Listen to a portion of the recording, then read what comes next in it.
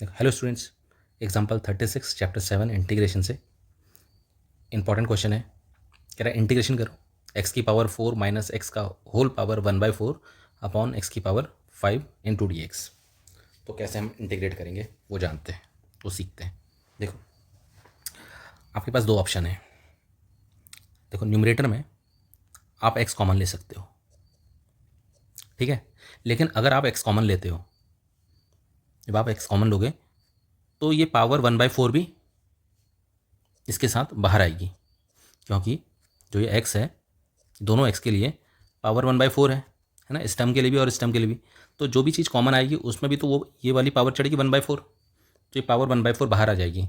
तो थोड़ा सा देखो, एक्स की पावर 1/4 थोड़ा सा कॉम्प्लिकेटेड फंक्शन बन गया है ना। मैं नहीं चाहता हूँ कि ये एक्स पावर के साथ आए।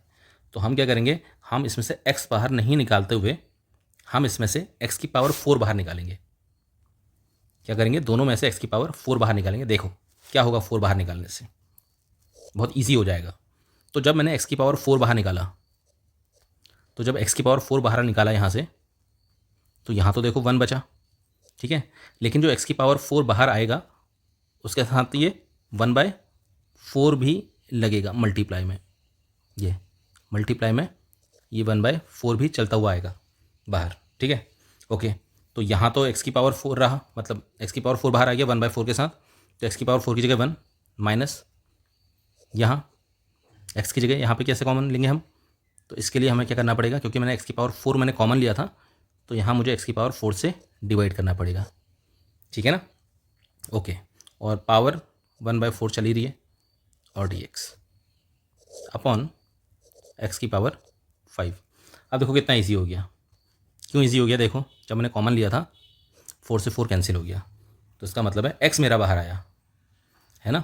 तो एक्स तो ईजी है सॉल्व करना, तो एक्स बाहर आया 1 माइनस, यहाँ पे देखो एक्स से एक एक्स कैंसिल करते हैं तो यहाँ पे बचेगा 1 अपॉन एक्स की पावर 3 की होल पावर 1/4।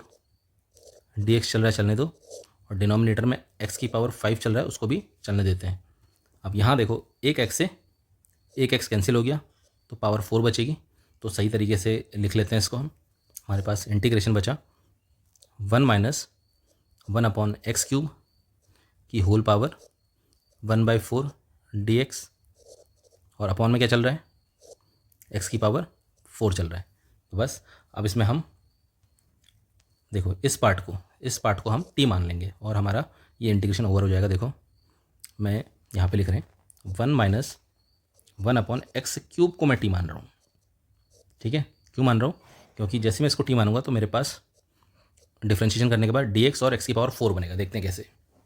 तो उसका एक्स टी एक्स के रिस्पेक्ट में डिफ्रेंशिएशन करते हैं, तो 1 का तो 0 हो गया, कांस्टेंट है क्योंकि।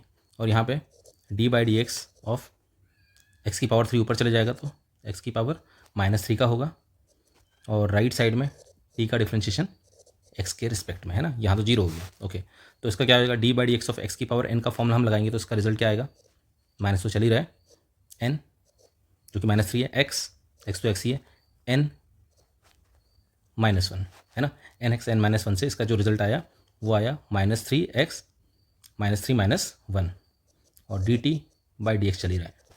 देखो ये माइनस माइनस तो प्लस हो गया, तो ये 3 हो गया, एक्स की पावर -4। dx को यहाँ क्रॉस मल्टीप्लाई कर लेते तो ये इंटू dx आ गया dt। तो यहाँ से बहुत ध्यान से देखना, 3dx इसको मैं डिनोमिनेटर में लेके जा रहा हूँ एक्स की पावर -4 को, तो यहाँ हो जाएगा एक्स की पावर +4 इंटू dt। तो ध्यान से देखो यहाँ पे dx अपॉन एक्स की पावर 4, dt के नीचे मैं 3 को लेके गया, तो ये dx अपॉन एक्स की पावर 4 की वैल्यू आ गई। देखो यहाँ देखो dx अपॉन एक्स की पावर 4 चाहिए था मुझे, और इसकी वैल्यू क्या आ गई है, dt अपॉन 3। तो इंटीग्रेशन ऐसी रखा 1 माइनस 1 अपॉन एक्स क्यूब को मैंने टी माना था, यहाँ देखो टी माना था तो उसको टी लिख दिया, और होल पावर क्या चल रही है 1/4 तो चल रही है, और बाकी dx अपॉन एक्स की पावर 4, यह है देखो dx अपॉन एक्स की पावर 4 की वैल्यू क्या है, dt/3, dt/3, ठीक है। तो यहाँ से 1/3 बाहर ले लेते हैं क्योंकि कांस्टेंट है, तो इंटीग्रेशन हो जाएगा t की पावर 1/4 dt का, x की पावर n का फॉर्मूला लगाते हैं इसमें, जो लगेगा इन टर्म्स ऑफ t। मतलब x की पावर n का फॉर्मूला क्या होता है, x की पावर n मतलब टी की पावर 1/4 प्लस 1 अपॉन 1/4 प्लस 1। ठीक है, कौन सा फॉर्मूला लगाया, इंटीग्रेशन एक्स की पावर एन का, डी एक्स क्या होता है, एक्स की power N plus 1 upon N plus 1। N क्या है, टी है, एन क्या है 1/4 नॉट टी, और एक्स क्या है, टी है। ठीक है, तो फॉर्मूला लग गया। तो फिर क्या हो जाएगा, ये 1/3 इसी रखा, टी की पावर, इसका एलसीएम ले लेंगे, हमारे पास एलसीएम क्या आएगा 4, और ये हो जाएगा हमारे पास 5/4, और यहाँ पे क्या हो जाएगा, यहाँ पे भी 5/4 कांस्टेंट सी। ठीक है, तो 1/3 ऐसे ही रखा, और टी की वैल्यू प्लेस कर देते हैं। टी को मैंने क्या माना था, देखो टी को मैंने माना है 1 - 1 अपॉन एक्स क्यूब, टी को मैंने माना है 1 - 1 अपॉन एक्स क्यूब। ओके, की पावर क्या चल रहा है 5/4, और डिनोमिनेटर में भी 5/4 चल रहा है, ब्रैकेट क्लोज प्लस कांस्टेंट सी। अब देखो 4 को हम न्यूमरेटर में भेज देते हैं, तो हमारे पास आएगा 1/3 इंटू 4/5 ब्रैकेट 1 - 1 अपॉन ये एक्स है, हाँ, एक्स क्यूब की होल पावर 5/4 प्लस कांस्टेंट सी।